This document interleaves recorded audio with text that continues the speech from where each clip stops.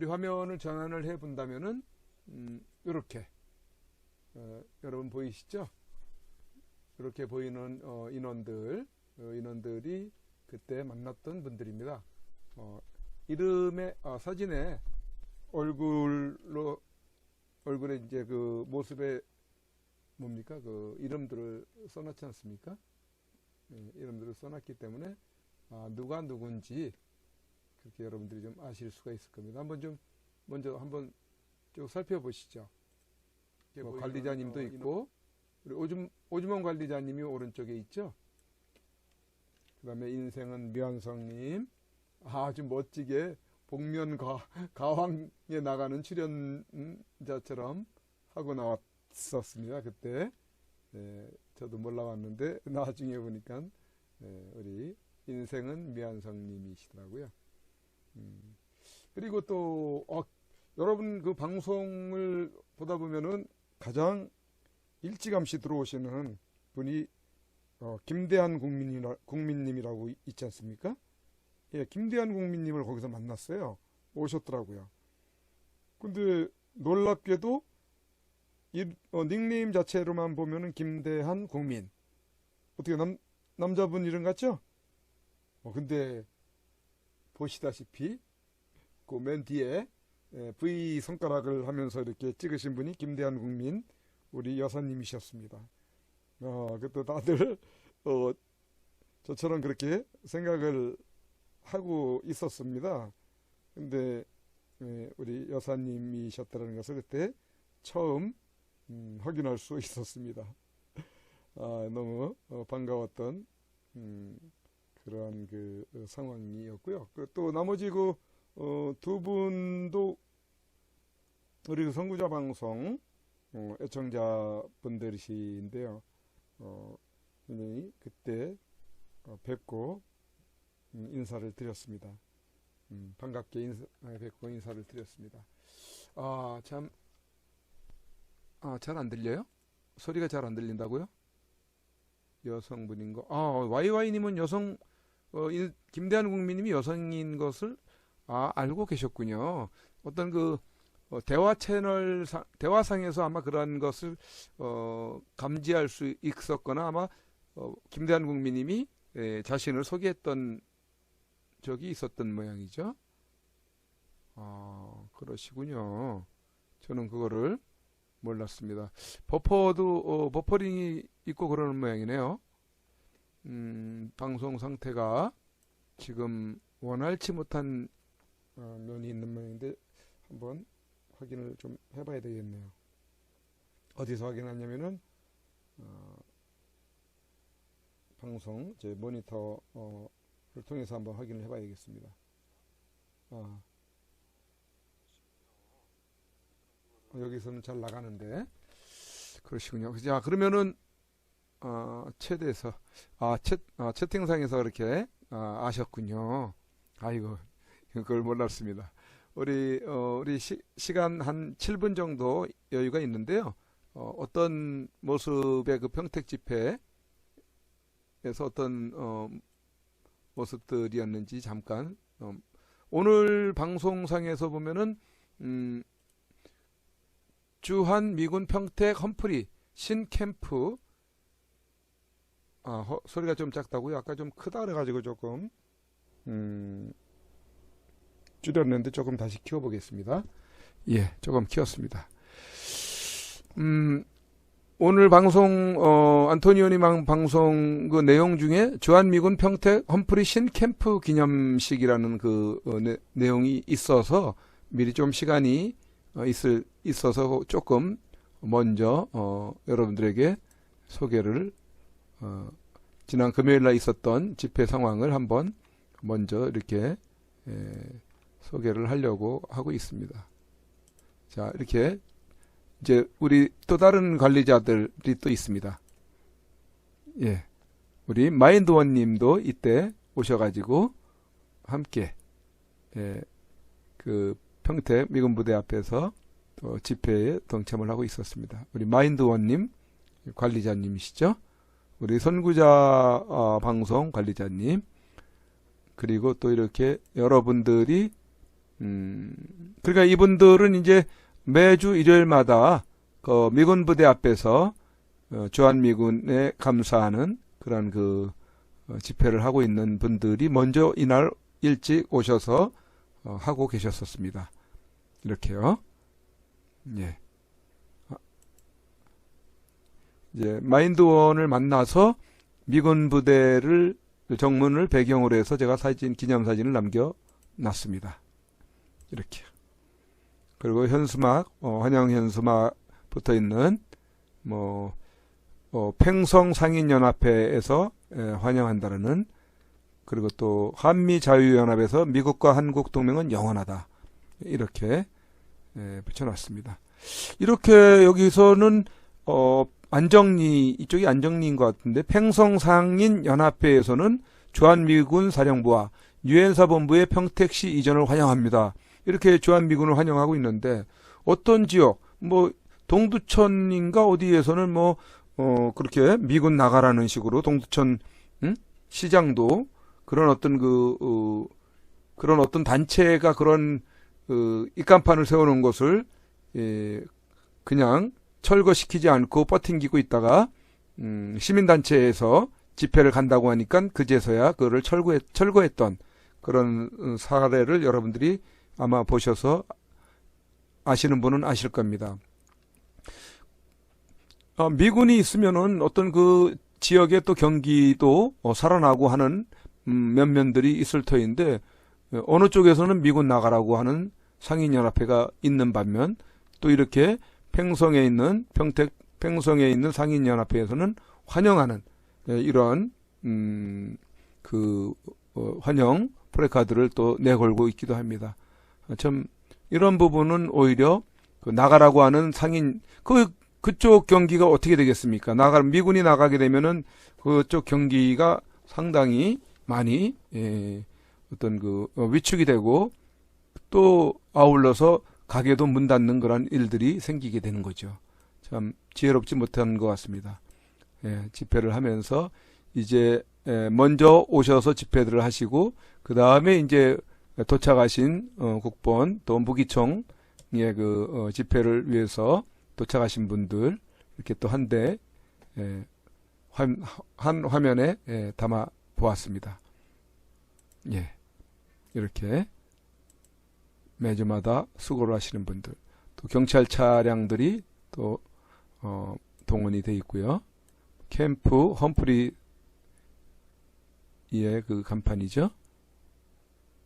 예, KBS에서 왔다가 촬영하고 있다가 우리 우파 국민들이 일종의 꺼지라고 해가지고 이리저리 옮겨 다니면서 촬영도 못하고 그러던 상황. 그리고 또 어느 유튜브에서는 또 그거를 졸졸 따라다니면서 촬영을 하고 있는 상황. 이렇게 해가지고 결국은 이 양반들이 KBS가 물러간 그런 상황이 됐습니다. 이분이 이제 우리 김대한 국민님, 안중, 그러니까 평택에서 멀지 않은 지역에서 이제 사신다고 해서요.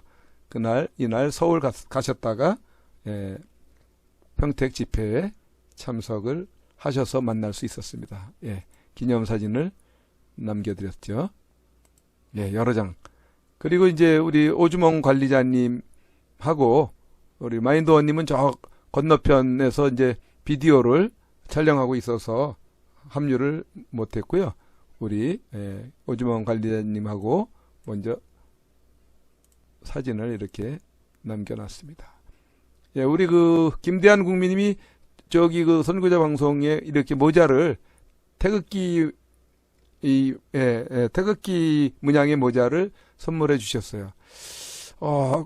그러다가 이 영상을 촬영하다 보면은요, 이 폰이 열을 받아가지고 충전이 안 되거나 하는, 그래서 방송에 좀 지장을 초래하고 그러는데 이날 이거를 딱 씌워가지고 덕을 많이 봤습니다.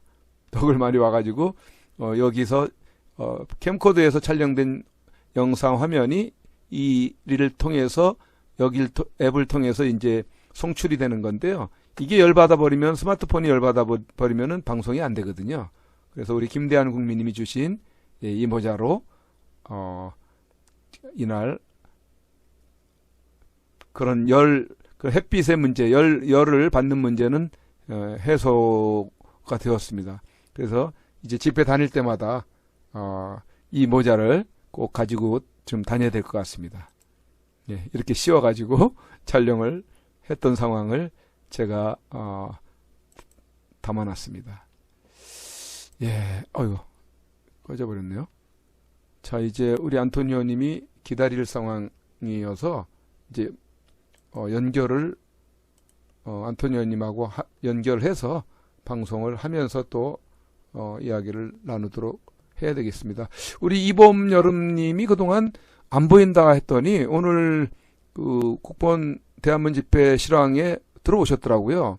그래서 이제서야 들어왔다 이렇게 말씀하시는 걸 보니까 아마 못 찾으셨던 것 같아요. 아유, 이번 여름이 이번 여름에 많이 이제 볼 수 있었는데 그동안 한 여름에는 못 볼 뻔했습니다. 못 보나 했더니 드디어 오늘 오셔서 이렇게 인사를 이제 또 하고 있습니다. 자, 우리 그러면은 안토니오님을 바로 연결을 하죠. 조금 시간이 있어서 먼저 여러분들에게 사진을 좀 구경을 시켜드렸습니다. 우리 안토니오님 연결해서 오늘 소식을 여러분들에게 들려드리도록 하죠. 예, 안녕하세요. 예, 안토니오님.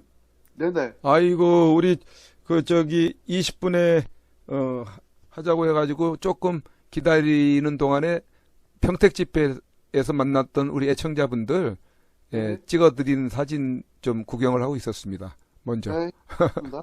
예. 그때 우리 그 반가운 분들, 우리 안토니오님 방송을 애청하시는, 우리 애청자분들 몇 분, 또 관리자분들을 만날 수 있어서요. 좀 기념사진을 좀 찍어놓고 함께 감상을 했습니다. 예, 어제 하루 쉬시고 이제 또 오늘 방송을 하시게 됐는데요. 오늘 네. 뭐 비도 또 제법 오고 그랬었는데 어제 하루 쉬면서 충전이 됐나 모르겠습니다. 지금 한 100분 가까이 지금 들어오셔서 지금 방송에 시청을 하고 계시는데 우리 애청자님들하고 먼저 인사 좀 하시죠. 네, 안녕하세요. 오늘도 이렇게 방송을 또 하게 돼서 너무 반갑고요. 방송을 오늘 하겠습니다. 오늘 타서 어저께 내용이 많죠? 내용이 많고 또 그렇고, 예. 매일 같은 이야기지만, 어쨌든 몇 가지는 내가 방송을 내가 빼버려야 되는 게 이미 하루 지나니까 이미 타 방송에서 그거를 타전을 해서 뭐 인권 문제는 필요 없고 그거 하나는 사실 어저께 방송 쉬는 관계로 타 방송에서 그걸 하더라고요. 예. 미국의 폼페이오 국무장관이 평양을 갑니다. 예. 평양을 가서 뭐 언제 될지 모르겠지만 평양을 가서 네. 북한하고의 비핵화 의지가 확실히 있는지를 일단 물어보고, 그래서 일단 북한이 지금 전면적으로 그렇게 계속 어떠한 뭐 북한은 지금 굉장히 조용하잖아요. 어떠한 미국에 대한 어떤 확인을 해주지 않기 때문에 폼페이오가 일단 마지막으로 한 번 더 가서 북한이 어떤 비핵화 의지를 보러 간다고 그렇게 얘기가 나왔고요. 그다음에 멜라니 여사가 국경 보도에 가고 멕시코 순찰대를 방문해서 가족과 그렇게 분리하는 이번 조치에 나는 매우 반대하고 분노를 했고, 여러분들도 어떠한 경우라도 사람들을 그렇게 격리시키지 말아야 된다. 라고 난 남편하고 이 문제로 굉장히 대립을 했고, 결국 내가 남편한테 이 문제를 이야기를 해서 좋은 결과를 얻어서 좋다고 그렇게 얘기를 했습니다. 오늘 그냥 빨리빨리 할게요. 네네. 그러시죠. 김정은이 군 장성 한 명을 처형을 했습니다. 근데 이 처형 이유는 이 군 장성이 자기 직권으로 예하 부대들한테 군 식량과 군 물품을 갖다가 아주 평소보다 몇 배 이상으로 과잉 제공을 하고, 또 게다가 반란 혐의로 이거 굉장히 큰 뉴스인데, 이게 지금 이 정도 뉴스가 이렇게 나올 정도면 폭스뉴스에 나올 정도면 굉장히 큰 뉴스예요. 그래서 이제 그 반란 혐의로 처형을 했는데요. 이 사람의 계급이 중장인데 송헌주라는 장군인데요.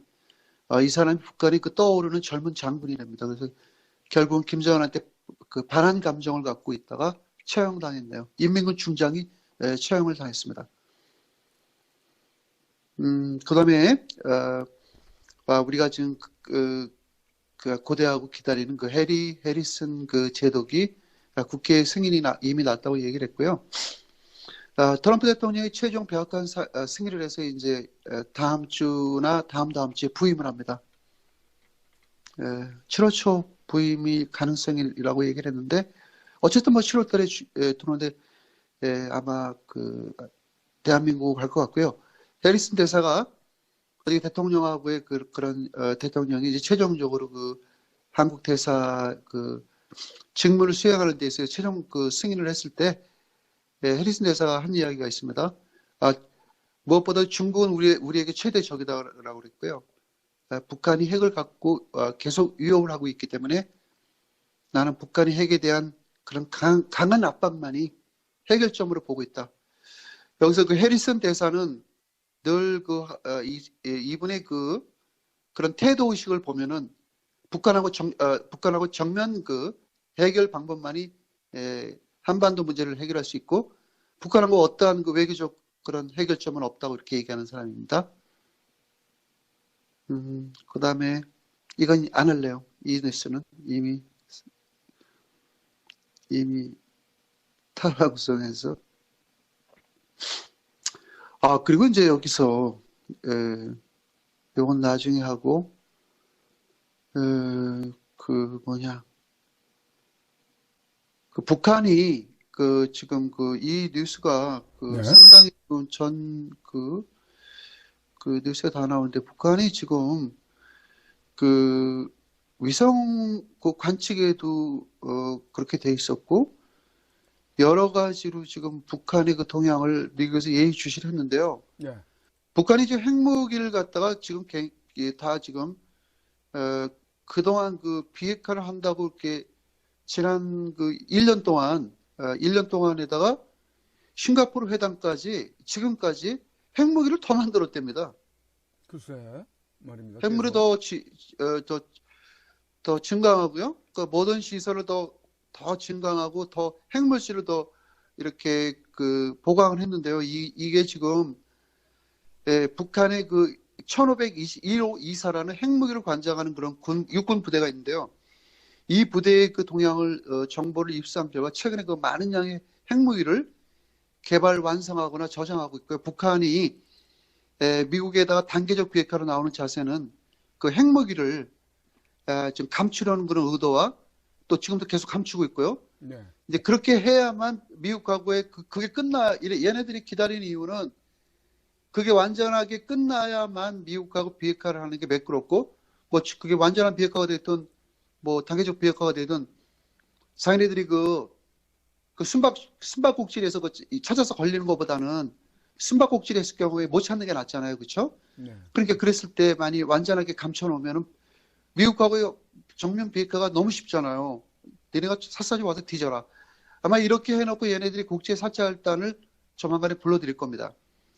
그 국제사찰단이 옛날에 실례를 들면은 사담 후세인이 그렇게 핵무기를 갖고 있다고 했는데 국제사찰단이 약 3년에 걸쳐서 이라크의 모든 사막지대를 샅샅이 뒤졌어요. 못 찾았어요. 3년 동안. 없기 때문에. 그럼 북한이 만일 이거를 북한의 지금 지하 저장고가 10,000개랍니다. 10,000개. 10,000개의 지하 저장고에 만일 이걸 넣어놨을 경우에 10,000개만 찾는데 한 50년 걸려요.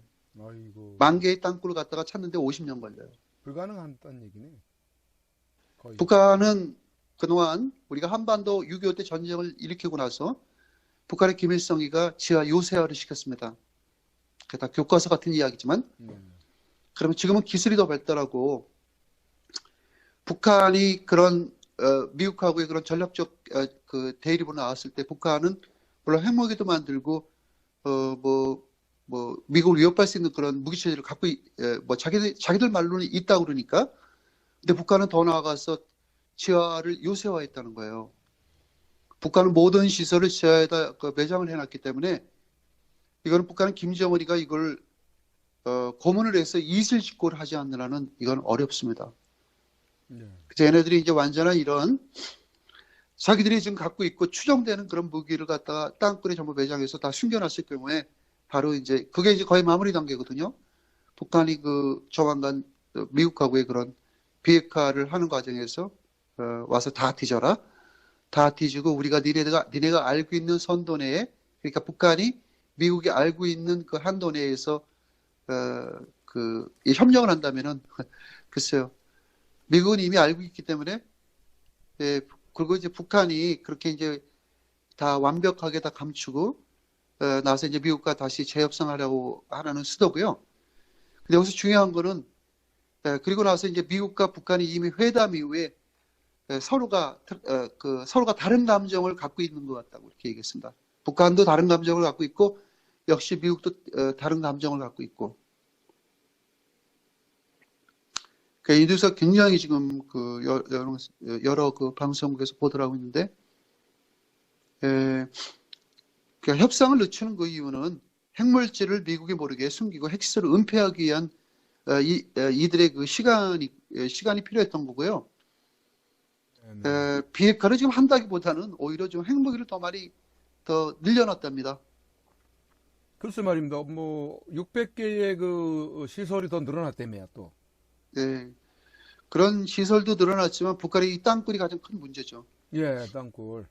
그렇습니다. 땅굴 어마어마한 문제인데 그 땅굴 보도가 나왔습니까? 네. 뭐 그러니까 땅굴 보도가 어떻게 나온 거예요, 내용이? 그거 내가 뭐 끝머리로 설명을 해드리고요. 네. 북한이 그 지금 비핵화가 뭐 대부분 아시다시피 지금 소강 상태에 있고 또 그런 소강 상태에서 뭐 미국이 뭐 쫓아가 갖고 뭐 옆구리 쿡쿡 찔리면서 빨리 하자 그런 것도 없어요. 폼페오가 간다는 거는 이미 그 사전에 그 회담 이후에 그 폼페오가 평양 방문하기로 한 그런 이미 그런 예정이 돼 있기 때문에 가는 거지. 뭐 폼페오가 뭐 미국한테 북한한테 뭐 핵무기 좀 우리가 어떻게 봐줄 테니까 같이 하자 그런 거는 전혀 아닙니다. 다시 한번 얘기하지만 아직 트럼프 대통령이 어떤 결과를 도출하지도 않았고 한반도에 지대한 영향을 주지 않았다는 사실을 우리는 인지를 해야 되고요. 머리에 각인을 해야 돼요. 트럼프 대통령이 아직까지 북한하고 해서 어떠한 것도 해결한 게 하나도 없습니다. 트럼프 대통령이 아직까지 북한하고 그런 한반도의 그 대한민국의 평화를 위해서 아직까지 대한민국의 평화를 위해서 이렇게 비핵화를 하는 건데 속설에 의하면 트럼프 대통령이 거기에 빠져들어서 대한민국을 망하겠다. 아직까지 한 거 하나도 없습니다. 우리가 결국은 시각적인 차이인데요. 트럼프 대통령이 결과가 대한민국을 망하게 했을 때 그때 트럼프 대통령이 욕을 해도 충분하다고 저는 생각을 하고요. 다시 한번 또 얘기하는데 이 선구자 방송, 이 파이오니아, 이 브로드캐스팅은요. 이 선구자 방송은 결코 트럼프 대통령의 칭송 방송이 아닙니다. 저는 뉴스 그대로 읽었었고 저는 거기서 어떠한 그 비틀어져 나가는 그런 내 시각적으로 내가 판단해서 뉴스를 보도를 한 적이 없고 트럼프 대통령이 대한민국을 위해서 헌신한다는 것만 알고 있고요. 대한민국은 쉽게 얘기해서 미군이 주도했고 6.25 동란 때 5만 4천 명이 죽었습니다. 네. 뭐 어떤 분은 터키 용사들이 제일 많이 죽었다고 그러는데 터키는 대한민국의 파견 그 군대가 10,000명도 안 됐습니다. 미군이 대한민국의 6.25 때 엊그제 그 우리가 6.25 거의 70주년인가 그렇게 했죠. 5만 4천 명이 죽고요. 100만여 명이 다쳤어요.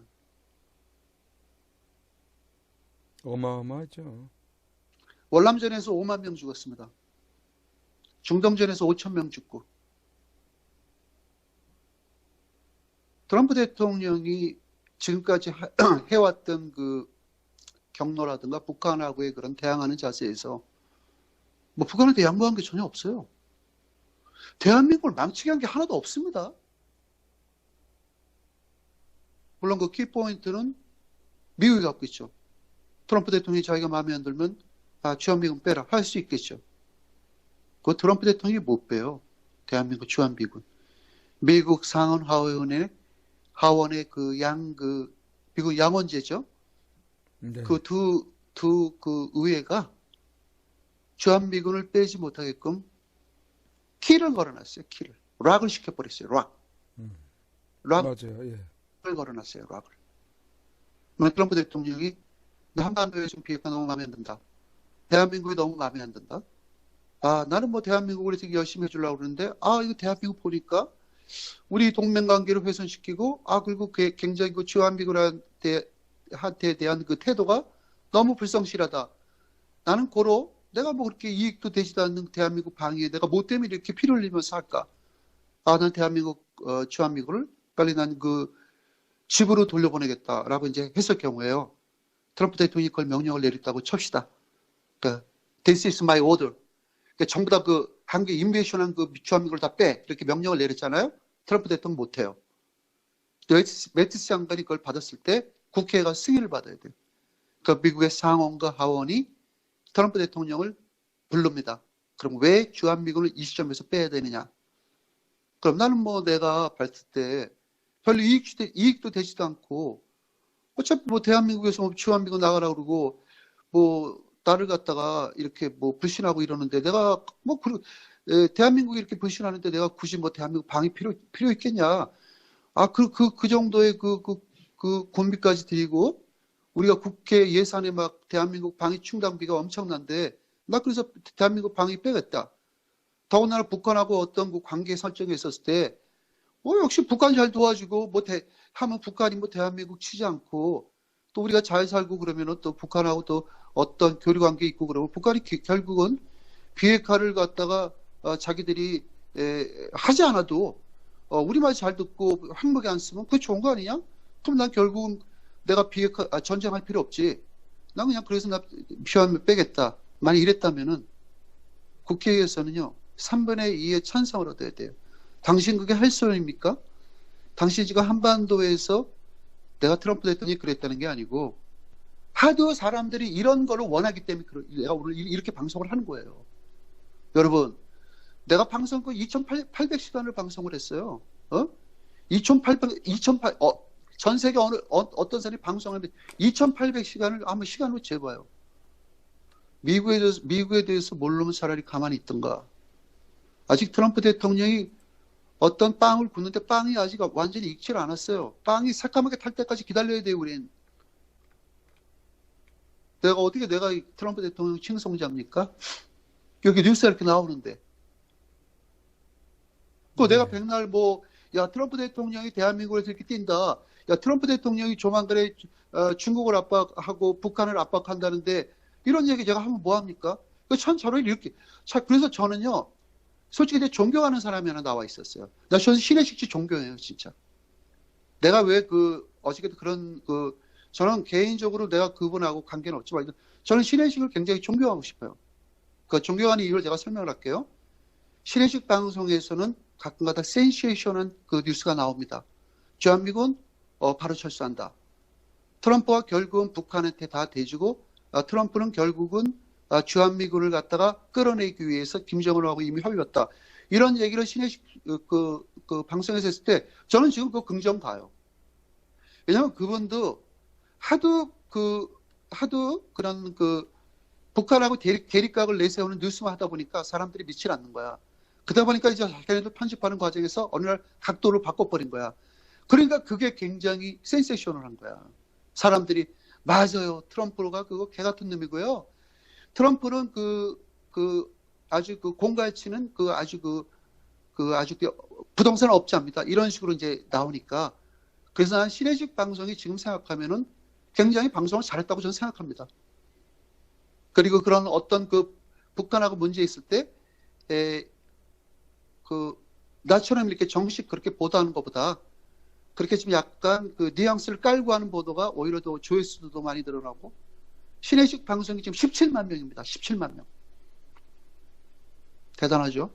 그래서 그 사람의 그 대단합니다. 방송 보도의 태도가 어떻든 간에 상당히 신혜식은 방송을 잘할 수 있는 그런 훌륭한 능력을 좀 가졌다고 이제 솔직히 제가 인정을 하는 거예요. 얼마 전에 문재인 대통령이 와병설을 갖다 보도한 방송이 있었는데요. 네. 저도 사실 그 와병설에 대해서 제가 많이 읽고 찾아봤습니다. 네. 근데 그 와병설이라는 걸 굉장히 그 미묘한 그 사안이거든요. 근데 실로 그 와병설을 보도한 그 하는 방송에서 유튜브 방송에서 조회수가 단 5시간 만에 24만 조가 올라왔고 지금 약 30만 조가 됐는데요. 사실 뭐 그 방송 내가 모니터를 했는데 문재인은 과연 그 소련에 갔다 와서 왜 이렇게 방구석에 들어앉아 있느냐. 그리고 우리 박근혜 대통령 7시간 그 공백기를 아주 저들이 그래 아주 그냥 그렇게 아주 그냥 샅샅이 그렇게 막 쥐잡듯이 그렇게 저기 했듯이 우리도 문재인이가 지금 그 러시아에서 오고 나서의 지금까지의 그런 와병설을 우리가 파헤쳐야 된다. 맞는 얘기죠.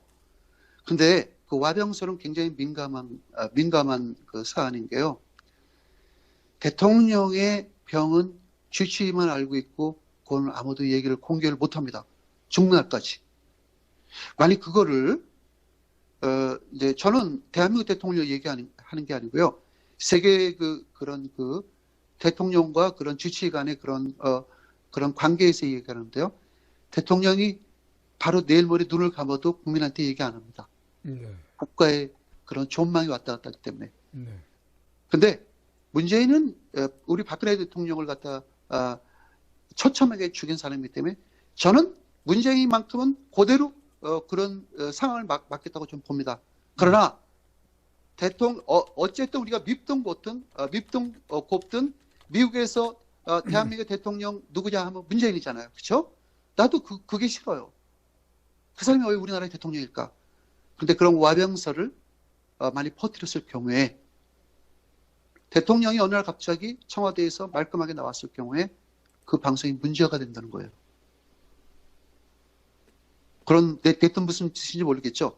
제가 문재인을 도우는 얘기가 아니고 만약 대통령이 그런 와병설을 퍼뜨려서 저 인간 죽어야 된다 했을 때 그게 국가 전복에 연관이 돼갖고 지난번에 그 뉴스타운 방송이 청와대 저 인간들은 지들만 맞으려고 240개 사갖고 지들이 맞으려고 저거 샀구나 했을 때 청와대에서 바로 고발 들어왔잖아요.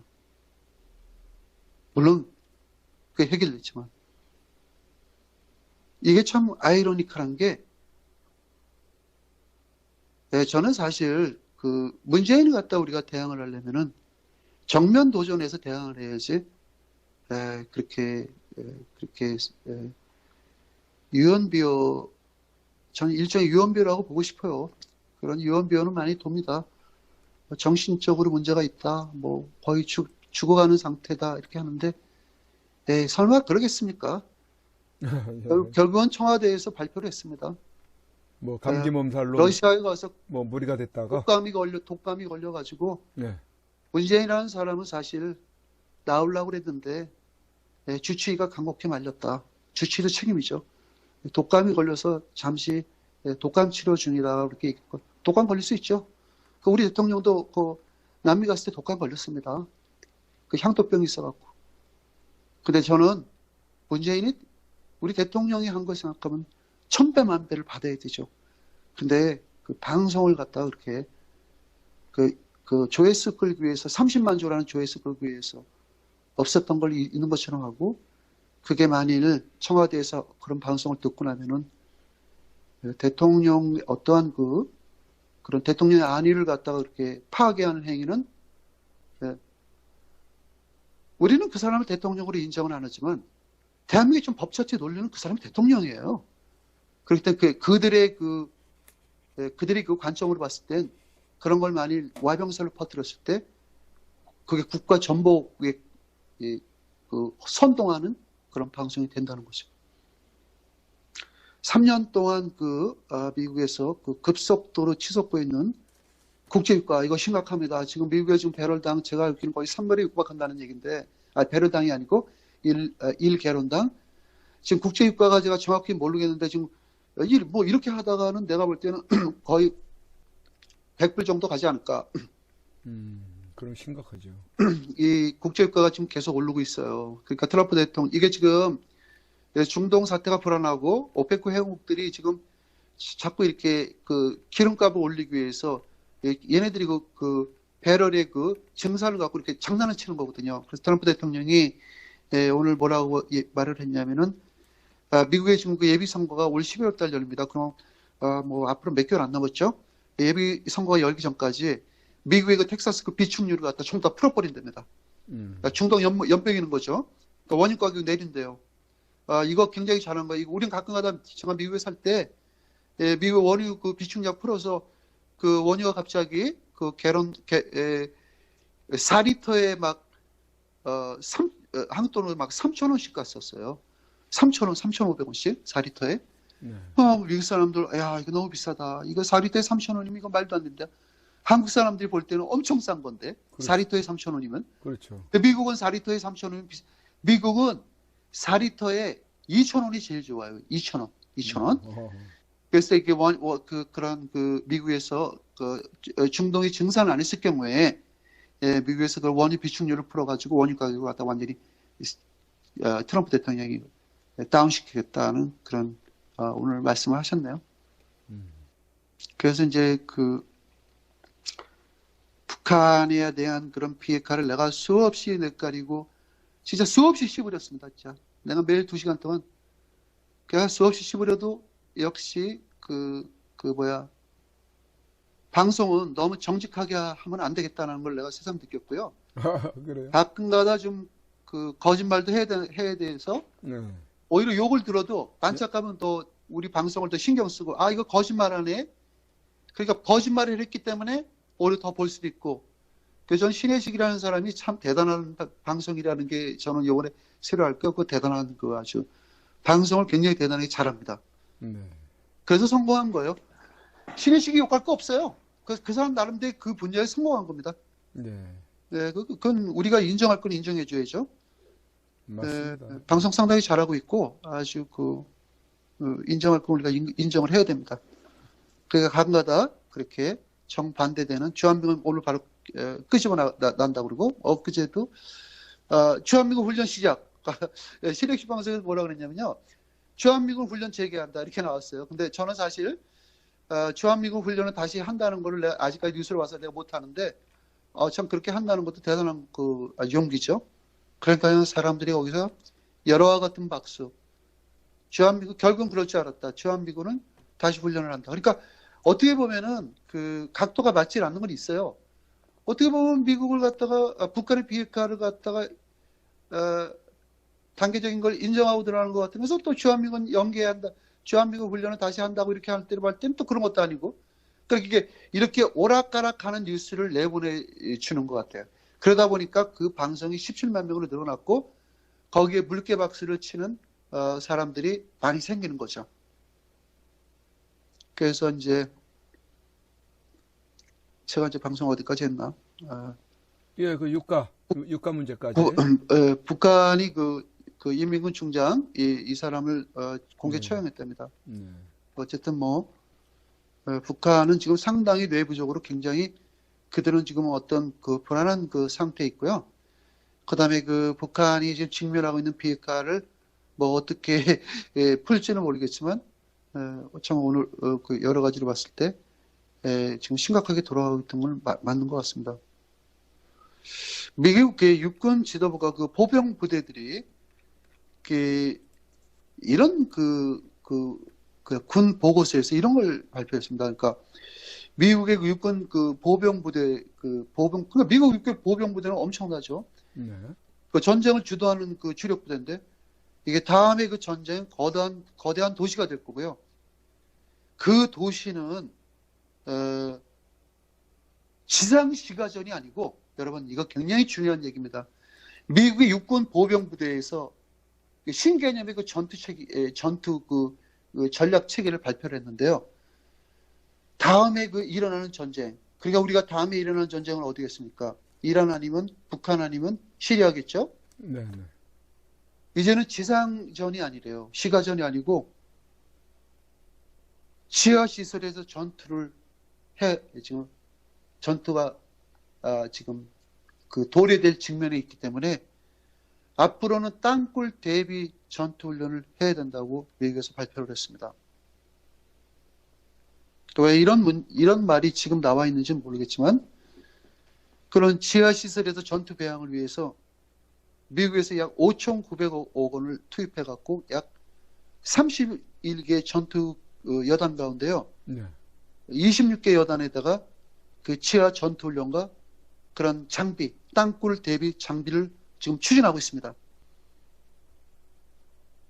그러면서 여기서 뭐라고 얘기를 하냐면은 그동안 이제 약 4개월에 걸쳐서 기존의 그 지하 전쟁 그 고리를 만들어 새로운 그 매뉴얼을 만들어서 전 장병들한테 보고를 했고요. 한국에 있는 그 캠프 KC라든가 네. 하와이, 알래스카, 그다음에 그 5개 전투단에 대한 훈련을 이미 땅굴 훈련을 이미 마쳤대요. 올해 안에. 캠프 K시면은 동두천 네, 미군 부대네요. 거기서 땅굴 훈련을 이미 마쳤답니다. 그 동두천 미군 부대 안으로 땅굴이 여러 개 지나가고 있습니다. 저희가 탐사해 본 결과. 어쨌든 땅굴 마쳤고요. 그다음에 실제로 이제 북한에서는 그 뭐 핵미사일이다, 뭐 대전차 그 포다, 뭐 그다음에 뭐 그 방사정 포다, 뭐 이런 게 뭐 그 한반도의 그런 군사 긴장화를 높이잖아요.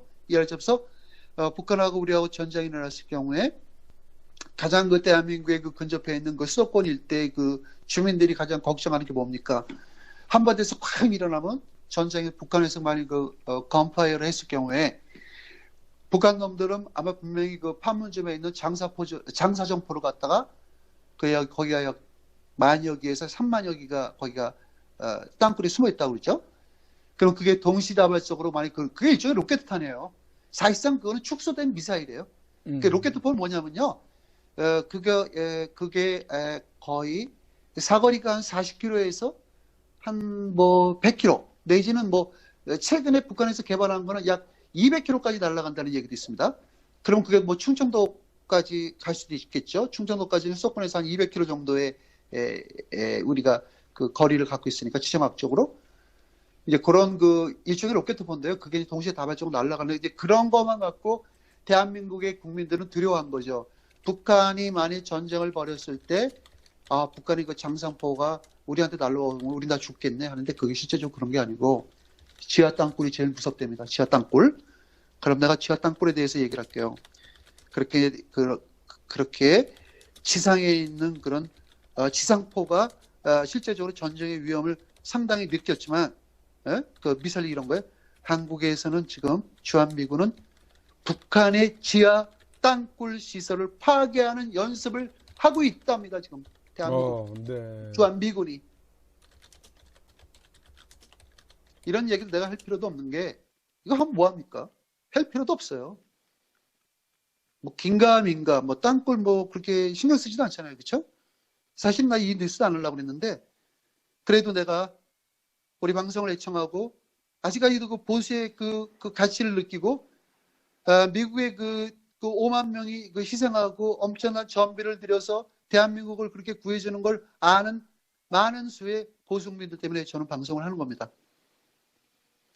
그래서 미국 육군이 그 주한미군의 그 캠프 KC에서 북한 전역에 파생된 만여 개의 땅굴이래요.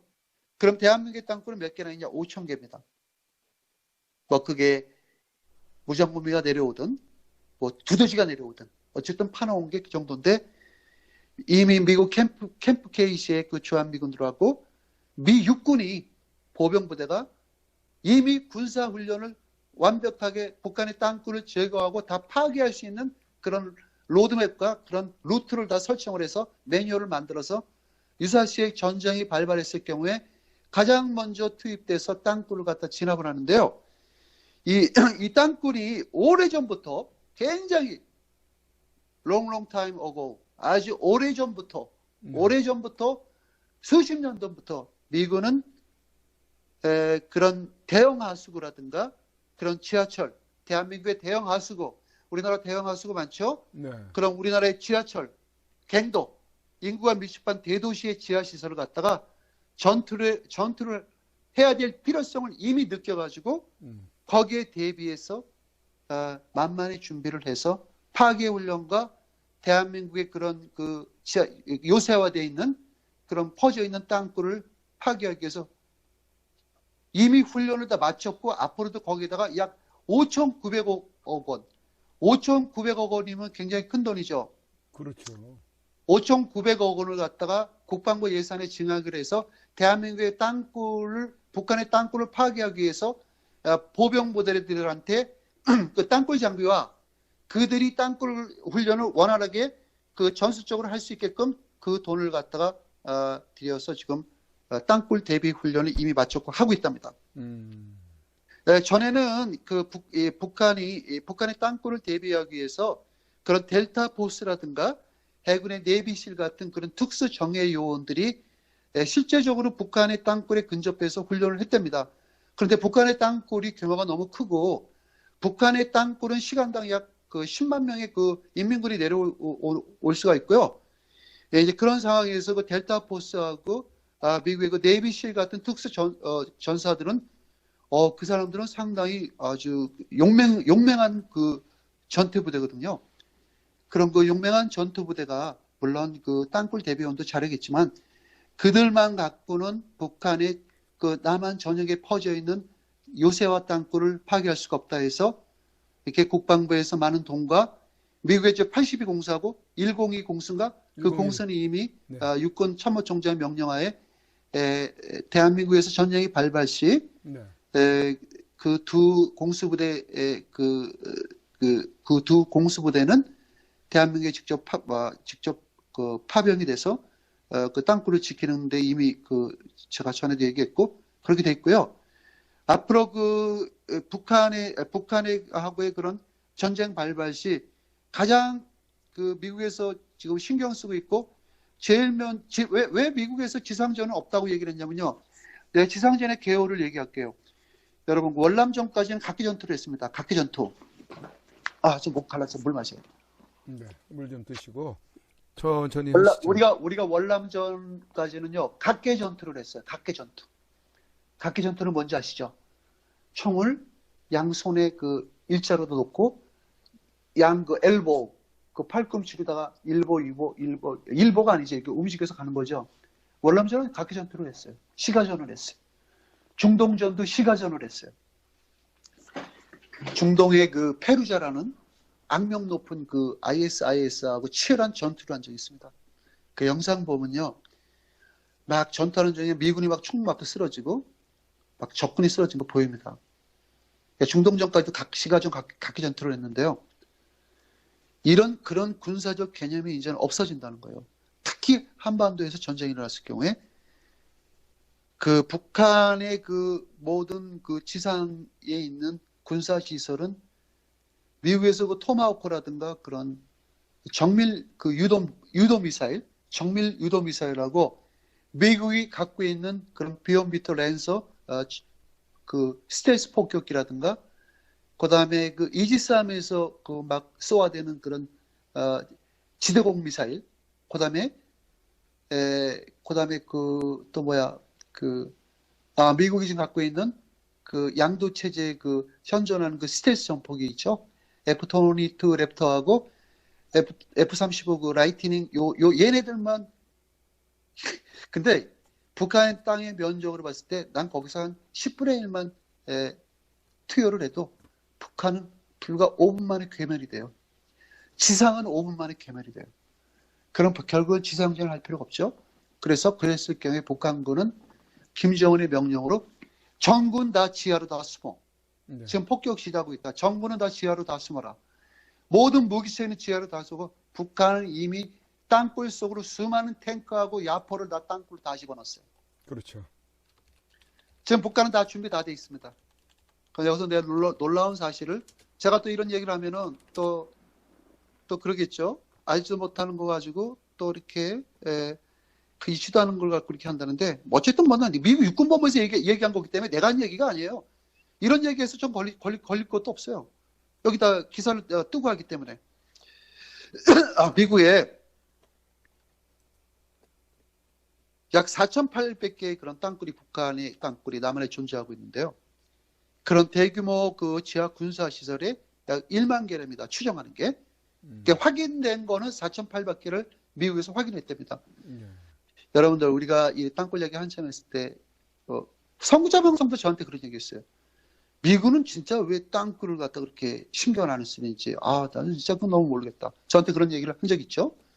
근데 미국은 땅굴을 신경을 안 쓴 게 아니라 미국은 땅굴이 이미 수십 년 전부터 땅굴이 신경을 썼네요. 그러게.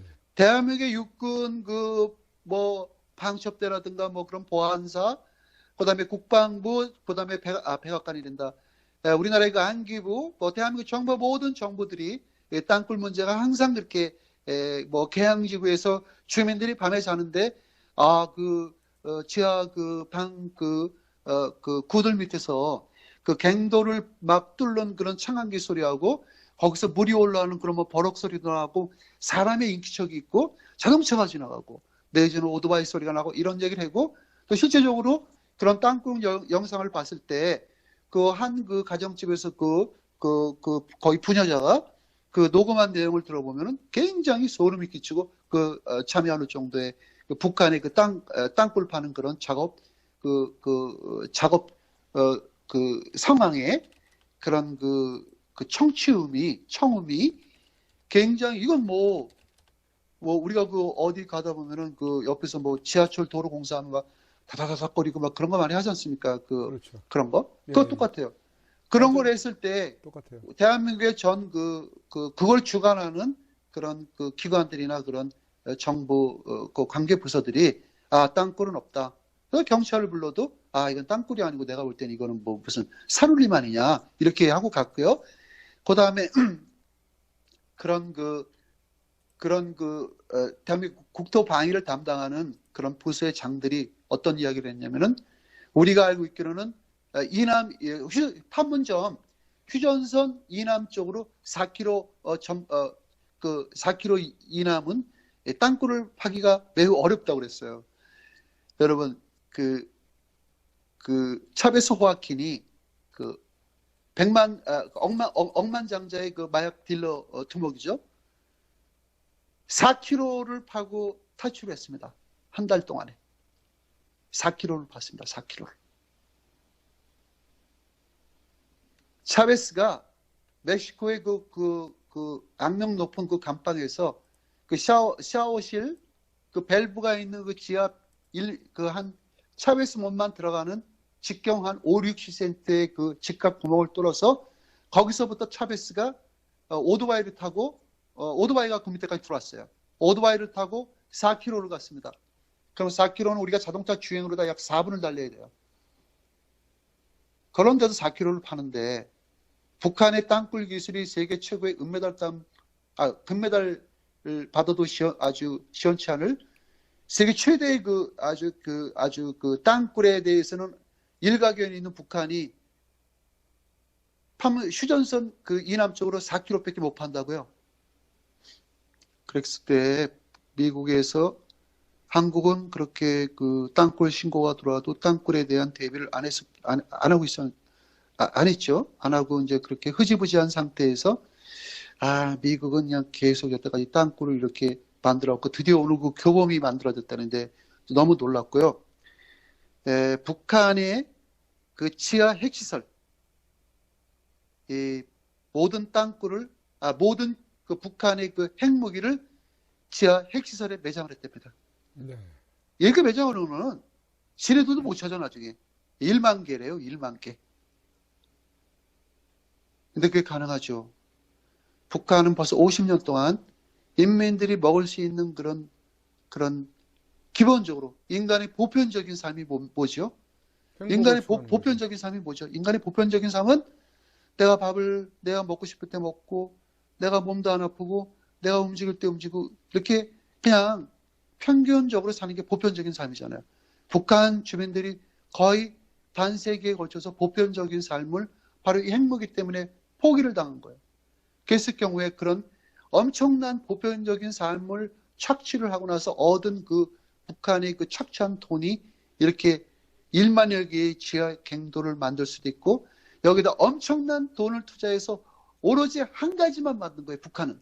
우리나라 같은 경우는 신발도 잘 만들어, 자동차도 잘 만들어, 오토바이도 잘 만들고, 먹는 것도 잘 만들고, 음료수도 잘 만들고, 옷도 잘 만들고, 안경도 잘 만들고, 이거는 진짜 금은보와 그런 주얼리 이런 그 문형도 얼마나 잘 만들고, 그 다음에 그런 우리나라 같은 경우는 고속도로도 잘 만들고, KTX라는 그런 세계 몇몇 나라가 갖고 있지 않는 그런 엄청난 그런 하이 테크놀로지 그런 열차도 갖고 있고, 북한이 딱 한 가지만 잘해요. 땅굴하고 핵무기.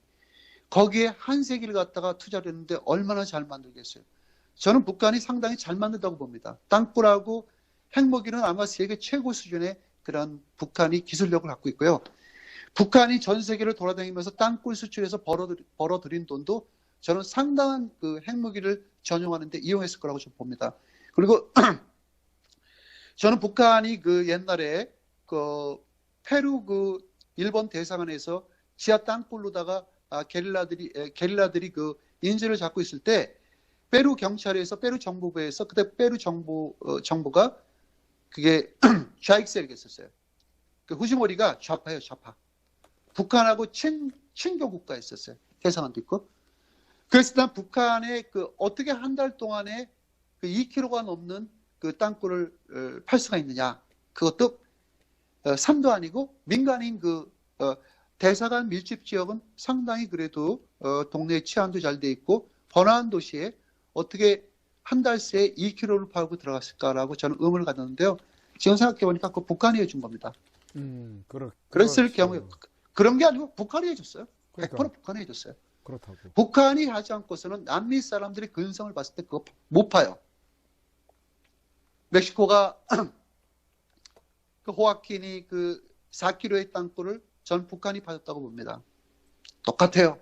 지하갱도 똑같아요. 해머렇게 팔고 그런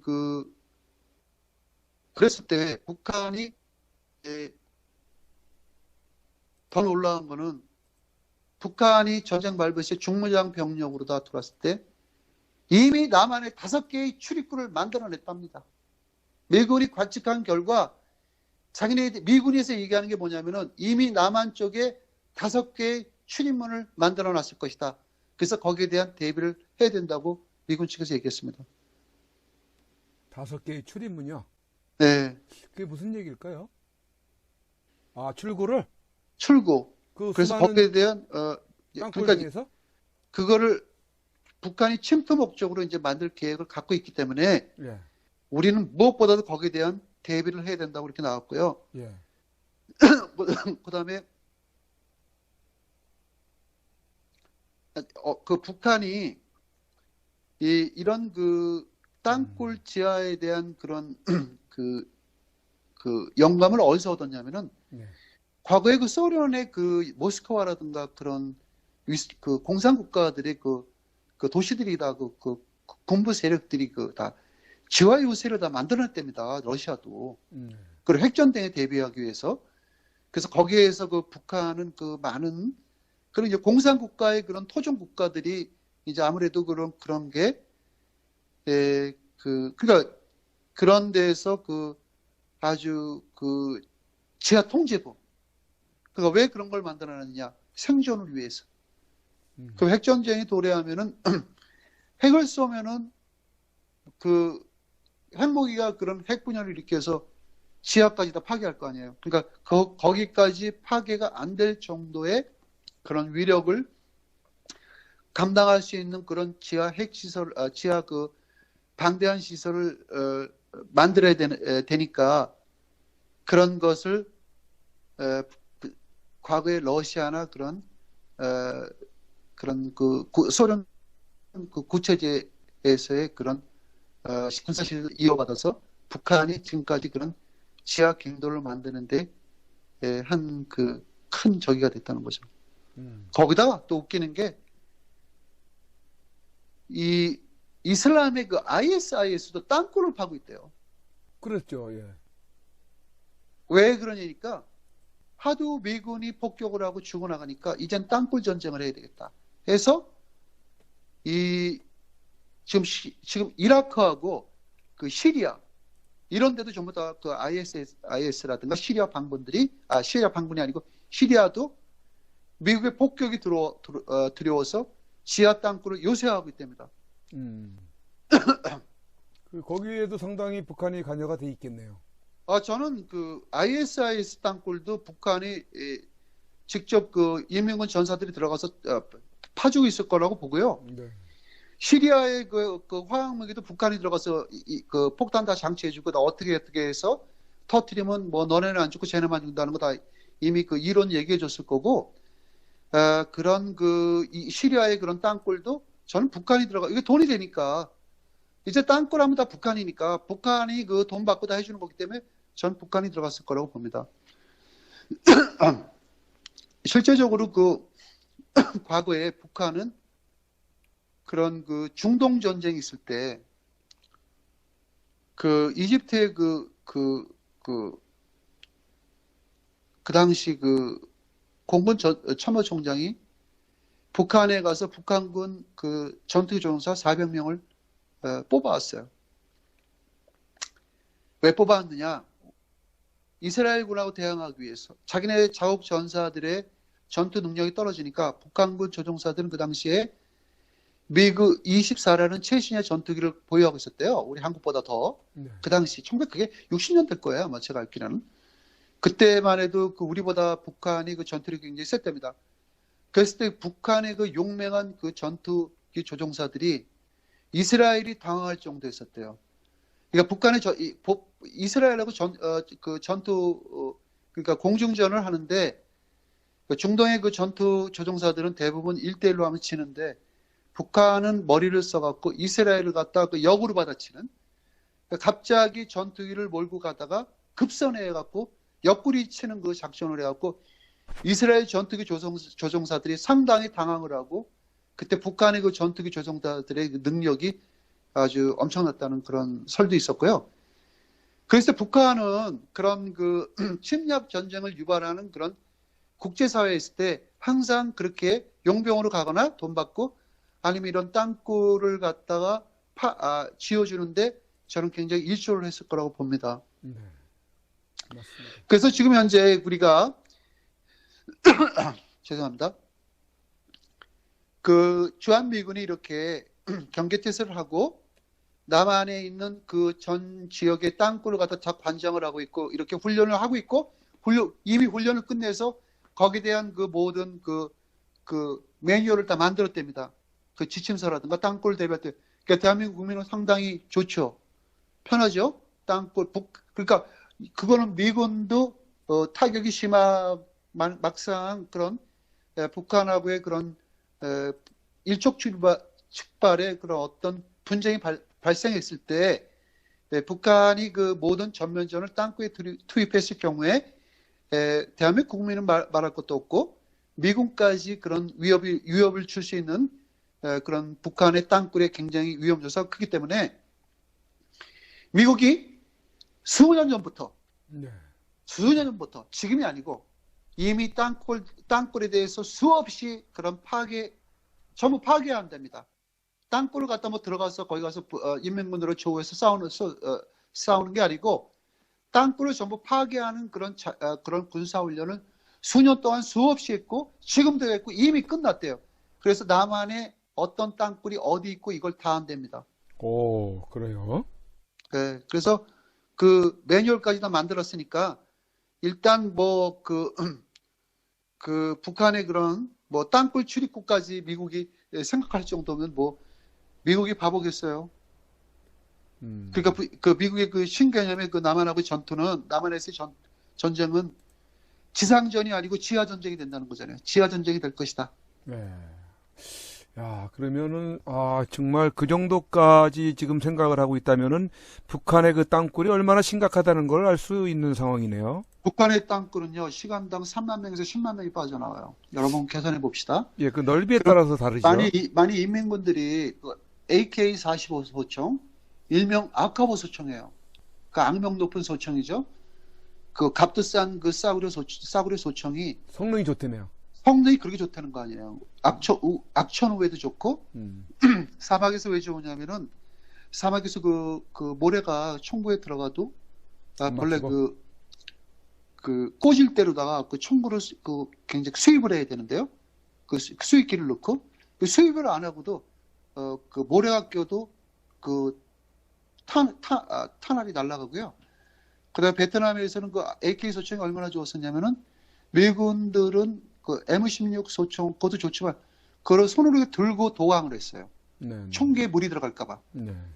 그러니까 베트공들은 그 열대 그 나무 그 뿌리를 입에 물고서 바닷속에서 강 속에서 총을 들은 채 그 대롱 있죠, 대롱. 대롱만 남기고 숨쉬기 위해서. 숨 쉬고 그 물안경을 쓰고 미군이 오는 걸 보고 있는 거예요. 그 물속에서 그냥 사살해 버렸어요. 그래서 미군이 많이 죽었어요. 네. 그 물속에서 총알이 날아가고요. 그런 총을 메고 시간당 3만 명에서 10만 명이 내려온다는데 여러분 시간당 10만 명이면 3만 명이면 굉장히 큰 병력이죠. 그럼요. 3만 명 같으면 아마 서울하고 그 충청도까지 저는 장악한다고 봅니다. 거기다 신속하게 내려와갖고 남한에 이미 대기하고 있는 그런 수송 지원단, 남한에 고정 간첩이 있을 거 아니에요. 그렇죠? 그럼요. 도움이 될 거 아니에요. 맞죠. 그럼 걔네들이 그런 벤이나 봉고차나 이런 거를 갖다가 막 수백 대를 갖다가 오다 다 앞에 세워놓고 북한 군인들을 갖다 다 싣고 각 지역에 이미 배정된 자기들의 그 근거지로 가는 거예요. 북한은 그런 아마 시나리오가 다 됐을 거예요. 네. 너네 중대는 한국의 어느 지역을 가라. 너네 분대는 한국에 어딜 가서 뭘 장악하라. 네. 너는 지하철역으로 가라. 이런 게 다 돼 있을 거란 말입니다. 그렇죠. 그랬을 경우에 시간당 3만에서 10만이면은 내가 볼 때는 한 북한의 인민군이 150만 명이라니까 아마 그놈들이 그런 그 비핵화를 저렇게 깡쓰고 안 하는 이유도 저는 땅굴하고 연관이 됐을 거라고 봐요. 왜냐면은 만약 최악의 경우에 미국이 우리를 갖다 압박을 한다면은 빨리 그 땅굴로 해서 남한을 진격을 해갖고 남한을 어느 정도 장악해 놓으면 미국이 그때 손 들 거 아니냐. 아, 그럼 너네 나라는 너네끼리 해결해라. 하고 미국이 어떤 한반도로 떠날 수도 있겠다는 그건 무슨 뜻이냐면 과거에 월남전이 낮에는 서로 껴안고 뽀뽀하고 밤에는 서로 총질하고 이렇게 하니까 도저히 이 월남이라는 나라는 피하 식별이 안 되는 거예요. 피하 식별. 적인지 아군인지 구분이 안 되는 거야. 그러니까 미국에서 국방에서 이거 더 이상 안 된다. 이 국민 자체가 이건 뭐 우도 아니고 좌도 아니고 이건 뭐 서로가 이렇게 공존하는 그런 뭐 이념을 떠나서 공존하기 때문에 더 이상 여기다가 어떤 공산주의를 갖다가 그런 우리가 그 잔재를 없애고 민주주의를 심어놓기는 굉장히 이 나라는 힘든 국민성이다 해서 월남전을 포기했죠. 대한민국도 마찬가지예요. 저는 솔직히 대한민국도 월남에 거의 근접에 갔다고 저는 봅니다. 대한민국에 지금 현재 그 좌파 보수라고 나눠져 있다지만 저는 대한민국에 제가 또 욕먹을 소리 또 한 번 할게요. 계속 하고 싶습니다. 대한민국의 좌파는 30%가 못 됩니다. 보수 진영을 자처하는 사람들이 70%거든요. 근데 거기서 저는 약 40%의 진정 보수를 빼놓고요. 거기서 30%는 좀 회색 분자가 있다고 생각합니다. 회색 분자는 요즘 유튜브에도 상당히 많습니다. 회색 분자들은 피하 식별 구별 못하는 그런 부류인데요. 그들은 문재인 정부도 싫고 박근혜 정부도 싫어하고요. 둘 중에 그러니까 다 싫어하고 그런 회색 분자들. 근데 또 실질적으로 좌익은 싫다라고 얘기를 해놓고 보수에 끼어들어요. 그래놓고 또 보수를 또 신랄하게 공격을 해요. 그런 회색 분자들이 대한민국에 약 30%가 있는데요. 그랬을 경우에 월남하고 뭐가 같냐면은 그런 회색 분자들은 피하 식별을 못합니다. 그러니까 보수의 그 대열에서는 또 보수를 그렇게 또 욕을 해요. 그 다음에 또 좌익들 앞에 가서는 또 꼼짝 못해요. 자익들의 그 득세에 눌렸어. 그랬을 때 보수를 음해하고 어떠한 그러니까 우리가 그 종교도 이단 종교라는 게 있잖아요.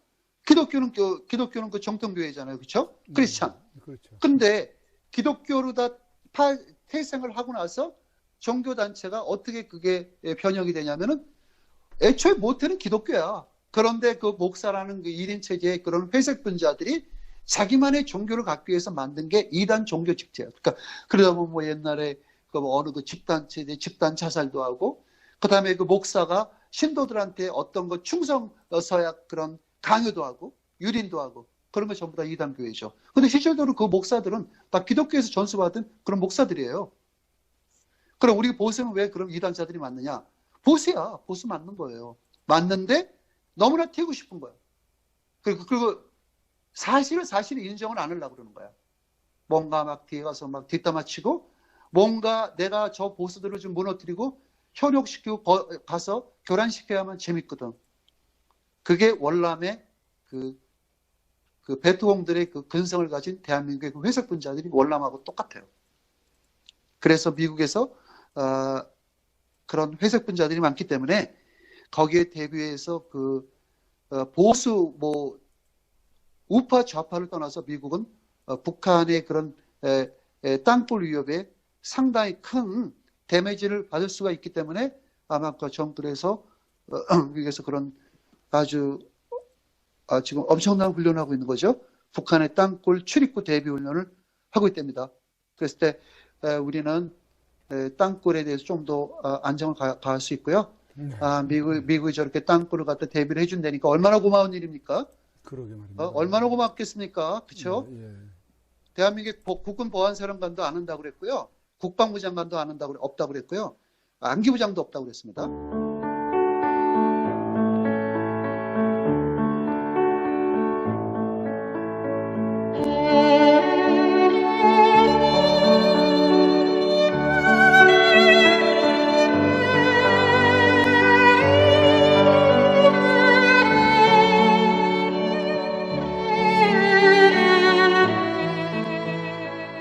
(2018년 5월 31일) 손상대 애국집회 사회자께서 출소하시던 날, 아직도 여전히 저 담장에 갇혀 영어의 몸으로 계시는 박근혜 대통령님이 계시는 아주 가까운 지근 거리에까지 가 보았습니다.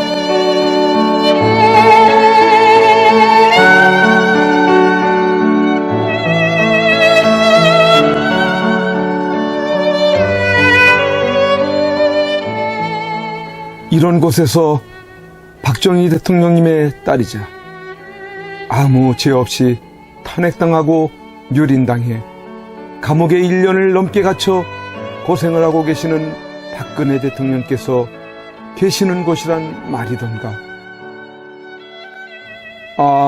이게 뭐란 말인가? 이런 게 있을 수 있는 일이란 말인가? 그러나 엄연히 지금 현재 대한민국 땅에서 자행되고 있다는 사실에 몸서리 쳐져야 하지 않는가. 그런데 세상은, 언론은, 지식인들은, 정치인들은, 국민들은 왜 이렇게도 쥐 죽은 듯이 조용한 것인가? 내가 아닌 남이 당하는 일이기 때문인 것인가? 대통령께서는 저곳에서 1년이 넘는 긴 시간 동안 과연 무엇을 생각하고 계셨을까? 지난날 청와대에 계실 때 함께 곁에 서 있었던 배신자들이 누구인지를 아시고 분을 사귀지 못하고 계실까? 아니면 자신으로 인해 대한민국이 너무 무너져가고 있는 것을 염려하고 계실까? 우리 국민들은 바란다. 부디 대통령님께서 강한 정신력으로 버티시고 건강을 유지하셔서 반드시 복귀하시고 형편없이 무너지고 부패하고 비리 공화국이 되어버리고 빨갱이들로 점령되어버린 이 땅을 기경하여 다시 씨를 뿌리고 옥토로 만들어 다음 통일한국을 일구어갈 나라로 만들어 주기를. 왜냐하면 박근혜 대통령님만큼 깨끗하여 믿을 만한 사람이 없기에.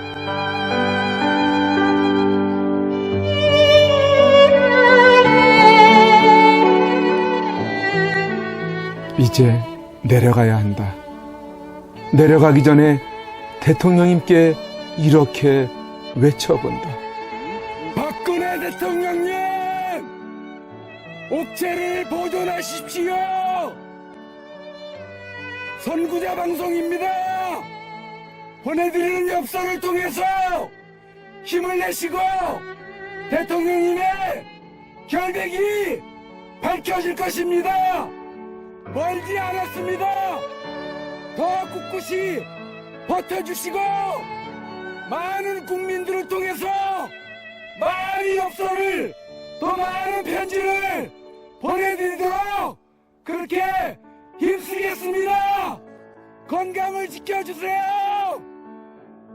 안녕히 계세요.